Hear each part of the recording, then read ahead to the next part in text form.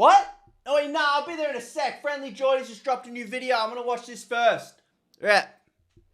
Oh, 52 minutes. Get those whinge merchants. I've Get got them. some bad tasting medicine no one's really going to like, and it really is only aimed at about 3 dozen people. But anyway, Who cares? Get them, mate. Get them. Today I'm going to teach you exactly how to become a rich and famous political commentator online. You ready? Just repeat these magic words forever. You ready? Everything the government does sucks. You got that? Everything. Got it. No matter who it is or what they do, there's always some country to island hop to that's better in that one specific area you're complaining about. Oh, Singapore has more publicly owned housing. Qatar gets more money for its resources. What the fuck? What the fuck? Even though we export a lot more gas than Qatar collects 20 times more 20. tax on gas than we do. 20 times. Singapore? Me? Do you have a housing crisis? What do you mean, like people not being able to afford houses? Yeah. No, we've got a home ownership rate of like 90%. But keep in mind, I do live in Newcastle, so that is to be expected. Wait, I'm from Newey. What, you think all Newey's just full of bogans, do ya? Carry on. The reason I'm telling you all of this is because you'll notice that a lot of these upstarts, they start out by copying me. And within about 6 months, you'll see them switch over to the I care about policy over party.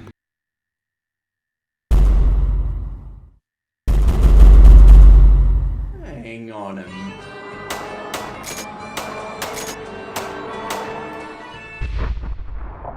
So, there's no direct evidence that that video is talking about me. I mean, there's a lot of stereotyping, a lot of broad brushes, and a lot of caricatures. Maybe I could fit into some of them, but definitely not all of them. Smart move, not naming any of the YouTubers or Instagrammers who you are slamming in there, because having such a great, well-built platform like Friendly Jordies does, any airtime is good airtime, so well played, sir. But let's say he'd seen some of my videos and I was lumped into that very stereotypical broad brush, demonized caricature of what consists of any and all critique of the government of the day, which is Labor and the policies that they put forward.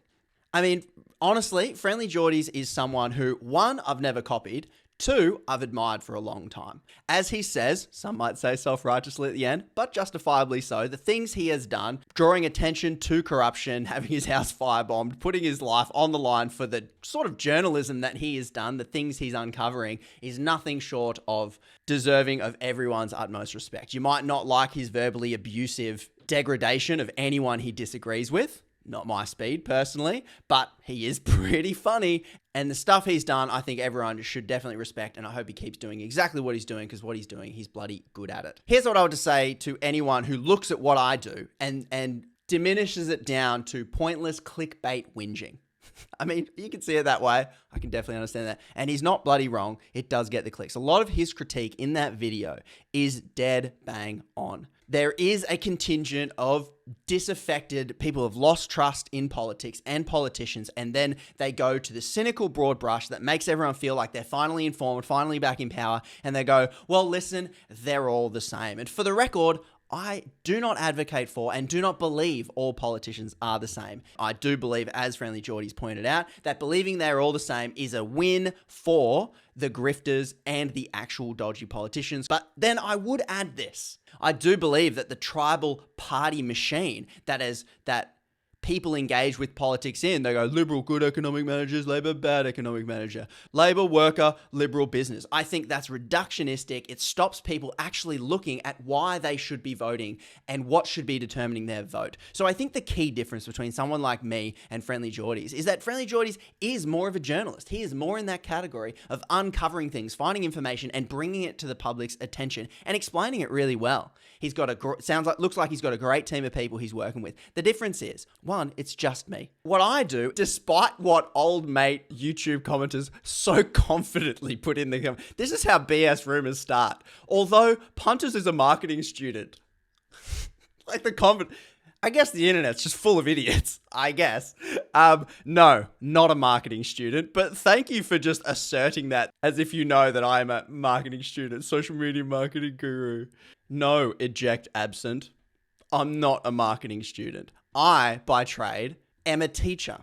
That is my training. That is what I do. What I do is communicate complex ideas. I listen to economists. I listen to political commentators and thinkers, and I go, how can I understand this? And how can I explain it to people who don't have the time to be sinking into this, but have to vote anyway. So a lot of what I'm doing, agree or disagree with my approach, is trying to draw focus to what I believe people should be focusing on when they think about politics. I don't think they should be going, I'm a Labor man, I'm a Liberal man, and I'll go with them no matter what. I think politics is at its best when it's transparent. And I think politics is at its best when punters know what policy would benefit them and how to identify which party is pushing for that policy. So I'm not on the front lines like Jordies is, uncovering information that doesn't want to be uncovered. What I'm attempting to do, and hopefully getting better and better at it, is trying to explain complex ideas in a simple way so that people understand the complex and boring ways in which corruption happens and in which transparency is fought against. All the best corruption that goes on and the biggest scams being pulled by governments and corporations is because it becomes so boring and disinterested and complicated that people just switch off. They tune out. When we look and we see a third of corporations have not paid any tax,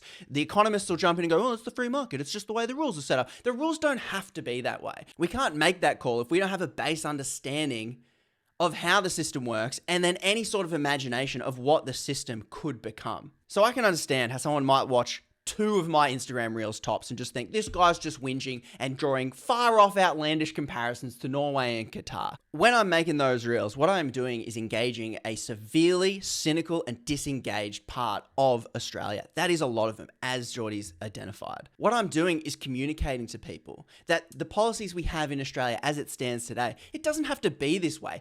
Whatever circumstances led to Singapore having the housing model, to Norway having a sovereign wealth fund, to Qatar actually selling their resources to a corporation instead of, I don't know, giving them away for free, I know that there is a history and a context to all those policies and how they got there. But where do you start? And where I've started in trying to communicate this to people is go, hey everybody, look at how it is now.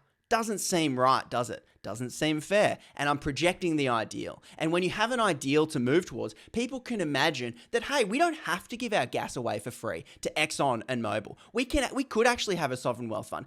Australia used to have more social housing built by the government. This isn't some outlandish plan. We've done it before. And by projecting the ideal, it can be derided and dismissed as childish and unrealistic whinging. Or it could actually be seen, as I see it, as an integral part to the political process that we are all engaged in. And so much of what passes for politics is hit pieces and tribal attacks where people stake their political position based on the tribe rather than what policies we should be pushing towards. Friendly Jordies is not wrong.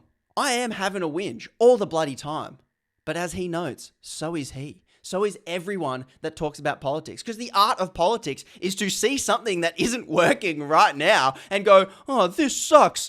I'm gonna whinge about this until someone changes it, because a lot of the things in society you can't actually pull up by your bootstraps and fix it yourself. You need to come together with other people and organize and go, how do we collectively fix this? And the process by which that happens is whinging. It's called critique. It's called looking at policy and finding out how it can be better. So when the Australia Institute or when Swollen Pickles or whoever critiques a Labor policy or a Liberal policy or any political party's policy, I think you can see it as an attack on the political party and trying to tear them down, and then the other team might win. But I actually look at it as an integral part of developing good policy.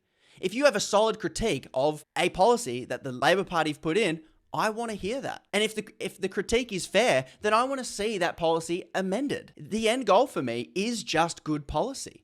It can be dismissed. It's a dog whistle to this superfluous third of the population. Yes, this channel's going to feed us our only need in life, which for some reason is feel like we're smarter than literally everyone in Canberra. And yeah, so you can be as cynical as you want about fair critique on policy and just accuse it as a self-righteous dog whistle. Fine, like whatever. The main thing I care about when I engage in politics is building the infrastructure of democracy. These are the issues that I'm really focusing on, which is why I focus on corporate corruption, political corruption, and I'm pushing governments to practice what they preach. When Albo says we need to stop prosecuting whistleblowers, yet continues prosecuting whistleblowers, I'm going to have a problem with that. He might have done some really good stuff, but on this, he's not beyond criticism. So I will just criticize until people aren't put in jail. When the Albanese government continues to fight blokes like Rex Patrick on political transparency and continues to pick up the causes that the Liberal Party began to keep government secrets hidden, I'm going to critique that. And people can look at me like the enemy of whichever team, government team that they are supporting. But in actual fact, I think Labor and Albo want me to do what I'm doing, because I'm attempting to build societal permission structures where people understand this stuff on a basic enough level so that the corporate Murdoch propaganda machine can't come along and make people afraid of the very policy that everyone stands to benefit from, which is why I focus on oil and gas and the bugger all royalties that we get for all of our resources, gas especially. Because Labor, yes, are the party who have actually tried to get a good price for our resources. Stephen Miles in Queensland, to his credit, upped the coal resources, and like Friendly Jordies points out, that is probably the reason why he lost. And Julia Gillard got booted. The mining industry came after her after she tried to put in the mining tax. I understand that, but why did that happen? Because the average Aussie punter didn't understand the difference between a royalty and a tax. And in this example, this is where I sit. And maybe I'm failing at it. I don't know. This is just what I'm trying to do. So I'm doing my best to hold politicians accountable no matter what color they're wearing, because politicians actually want it too. If I can encourage people to just simply not just vote the way their parents voted, or not just vote based on team tribalism, to vote with this much information to say, this is the issue I care about. And I can see a voting record from a politician, so I'm going to vote for the politician who actually represents my values, not just speaks about the values that sounds really good, but actually practices what they preach. So personally, I'm not going to dismiss people for having a whinge, because I think that's just what politics is. That's what the political conversation is. It's a bunch of people having a whinge about how things need to be better. And then politicians are listening to us have that whinge and go, you know what? We could do this policy and that might improve it. And you can stop whinging about that and whinge about something else. And I think there is room within politics for different people to be doing different things. And I think we are all necessary. Friendly Jordies and I would disagree on a whole lot of stuff, but I think where he sits in the political ecosystem is invaluable, and I wouldn't want him sitting anywhere else. I watch his videos all the time to remind me about the good stuff that the Labor government has been doing. And that makes me feel a lot better. Because yeah, just focusing on the negatives might make you cynical and disengaged. So yeah, my platform isn't as big. I'm nowhere near as popular. I don't have a team of researchers and people being able to uncover really important stuff. I am objectively not having as big of an impact as Friendly Jordies has had over the last 10 years. And nothing but respect to him. And if Friendly Jordies is up for it, I would love to have him on the Punters Politics podcast, or vice versa, whatever it is. I would love to have a chat. I would love Friendly Jordies to convince me to be a Labor diehard as much as he is. I would love to hear his pitch on why I should do nothing but spruik how great Labor is. I'm open for it, and I'm open for that conversation. And so yeah, his video is a little bit navel-gazing, a little bit all about me. Here's what I'm trying to do. Listen, that's what I'm trying to do. Whether I'm nailing it or not, you'll bloody let me know. So I'm thankful for the Aussie punters to support me over on Patreon, because yeah, I couldn't do this if at least some punters didn't think what I was doing was valuable. Some people clearly don't think what I'm doing is valuable. That's okay.